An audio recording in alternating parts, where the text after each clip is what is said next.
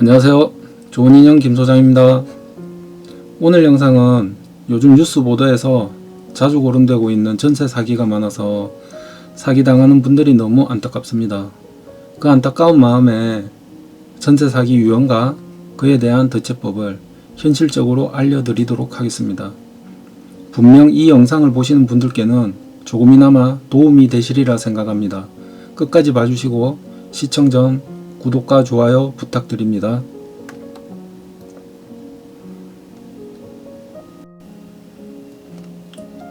깡통전세는 임대인 부동산의 부동산 담보대출과 전세보증금이 매매가의 80% 이상 되는 물건이 위험하다고 생각하시면 됩니다.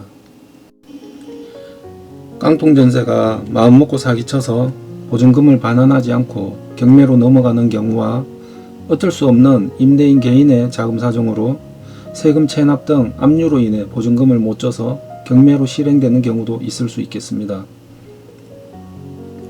오늘 첫 번째 내용은 작정하고 사기치는 깡통전세 유형에 대해 말씀드리겠습니다.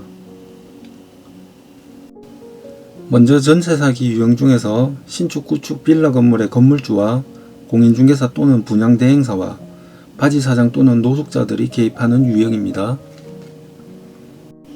건물 신축을 하면서 악마 건축주 A가 악마 공인중개사 C에게 전세를 의뢰합니다. 악마 공인중개사 C는 매매 시세보다 비싸게 전세를 B에게 놓고 바지사장 또는 노숙자의 명의를 100에서 500만원의 돈을 주고 삽니다. 그리고 전세 만기일에 맞춰서 건축주 A는 소유권을 바지사장 D에게 넘기는 방식입니다. 그리고 악마 같은 부동산 또는 분양대행사는 건축주에게 법정 중개비보다 훨씬 많은 금액을 적게는 1000만원에서 4000만원까지 받습니다.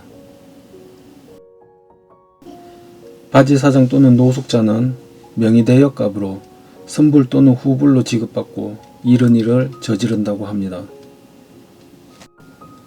그리고 이들은 여기에서 법의 허점을 노립니다.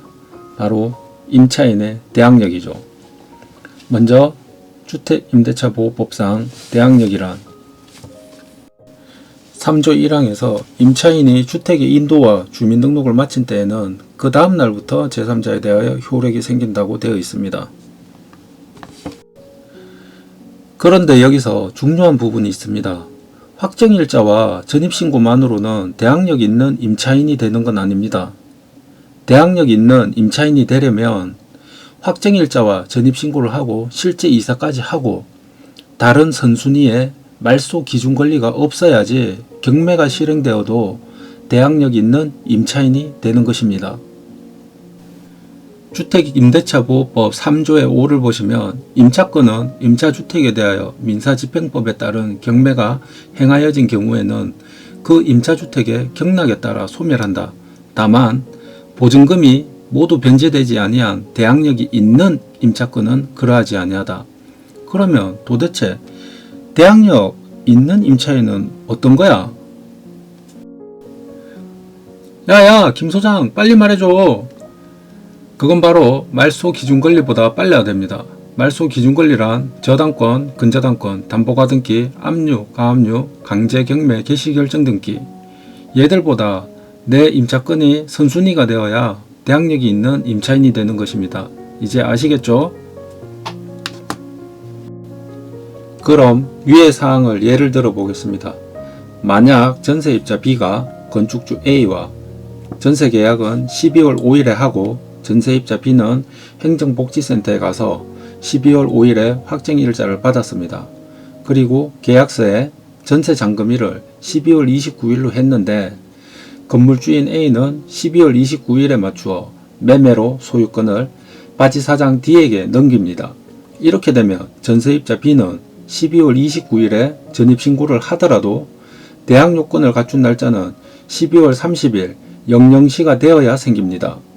하지만 건물 매도인 A는 잔금일인 12월 29일에 바지사장 D에게 소유권을 넘기면서 바지사장 D는 12월 29일에 매매잔금과 동시에 신청을 해두었던 대출을 실행시키고 등기소에 소유권 이전 등기 접수를 하면 대출이 실행된 근저당권인 날짜가 12월 29일에 잡히게 됩니다. 이후 전세계약 날짜 만기 전에 집주인이 국세나 지방세 또는 대출금액 등을 갚지 않아서 경매가 들어온다면 전세입자 B는 전세금을 일부 또는 전부를 받지 못합니다. 바치사장 D가 일으킨 근저당이 본인의 임차금보다 선순위이기 때문입니다. 이런 유형의 전세 사기는 사전에 알아차리고 예방하기가 힘든 게 사실입니다. 이사하고 정신없고 바쁘더라도 잔금하고 나서 일주일 정도 사이에는 다시 한번 등기부 등본을 열람하여 위와 같은 선순위 말소 기준 권리가 있는지 확인을 해보시는 것이 좋습니다. 그렇게 해야 조금이라도 빠른 대처를 할 수가 있습니다. 그렇기 때문에 등기부 등본 확인은 필히 해보시는 게 좋습니다. 그리고 계약서에 도장을 찍기 전에 일반적인 특약 외에 특약 하나를 추가해 달라고 중개사에게 요청하세요. 임대인은 본계약 잔금 후 1개월 이내에는 전세입자의 1순위 보전을 위해 이 집을 담보로 대출을 하지 않으며 전세입자의 1순위 조건을 유지하도록 한다. 이를 어길 시 임차인은 계약을 해지할 수 있으며 임대인은 이에 따른 임차인의 손해배상을 해주기로 한다. 이렇게 특약 하나를 기재하기를 바랍니다. 중개사에게 요청하세요. 응하지 않으면 계약을 하지 마세요. 절대 하지 말고 다른 부동산을 찾아가세요. 전세사기 두 번째, 가짜 대리인 또는 임대인이 임차인과 이중계약하는 유형입니다. 그럼 사례로 한번 보겠습니다. 진짜 임대인은 악마중개사에게 보증금 3천에 월세 80만원 중개 의뢰를 합니다. 그리고 악마중개사는 가짜 대리인과 공모를 하고 또는 중개사 독단적으로 주변 매물 호가보다 전세가를 싸게 내놓습니다. 전세입자를 받아 보증금 1억 2천에 전세계약을 씁니다. 그리고 악마중개사는 진짜 임대인에게는 보증금 3천에 월세 80만원에 세입자를 받았다고 월세 계약서를 보내줍니다. 이런 식으로 진짜 임대인에게는 매달 월세를 악마중개사가 임차인 이름으로 월세 80만원씩 매달 꼬박꼬박 임차료를 지불합니다. 진짜 임대인은 월세가 잘 들어오니 까마득히 잊고 있겠죠. 이렇게 해서 전세입자는 전세 계약 기간 도중 아니면 전세 만기일일 때가 되어서야 본인이 사기당한 걸 압니다. 가급적이면 진짜 임대인과 거래를 해야 되겠지만 부득이하게 대리인과 계약 시에는 첫 번째, 중개사에게 진짜 임대인과의 영상통화를 요청하시고 두 번째로 신분증 진위 확인을 할 수 있는 1382로 전화를 하시고 세 번째로 인감증명서에 날인된 인감도장과 그리고 인감도장이 일치하는지 확인을 꼭 해보셔야 됩니다. 만약 공인중개사에게 앞서 말씀드린 특약사항을 요청했는데 응해주지 않는다면 거래하지 마시고 다른 중개사를 찾아가세요. 마무리사항으로 계약 전 할 일과 계약 후 할 일을 알려드리겠습니다. 먼저 계약 전 할 일은 공인중개사 사무소에 정상 등록 여부를 확인하세요. 확인은 국가공간정보 포털에서 확인이 가능합니다. 그리고 2번부터 4번에 할 일은 공인중개사에게 요청하시면 됩니다. 먼저 건축물 대장, 등기부 등본, 납세증명서, 국세 지방세 체납 여부 등을 확인하시고 지방세 납세 증명서는 위택스에서 확인이 가능합니다. 그리고 세 번째로는 집주인의 신분증 등 서류 진위 여부를 확인합니다. 앞서 말씀드렸던 것과 같이 신분증 사진과 얼굴을 대조하시고 집주인의 신분증 진위 여부를 확인하시면 됩니다. 주민등록증은 1382로 전화하시면 되고 운전면허증은 경찰청 교통민원24에서 확인 가능합니다. 그리고 네 번째, 집주인 대신 대리인이 위임장을 가지고 계약하러 왔을 때 확인사항입니다.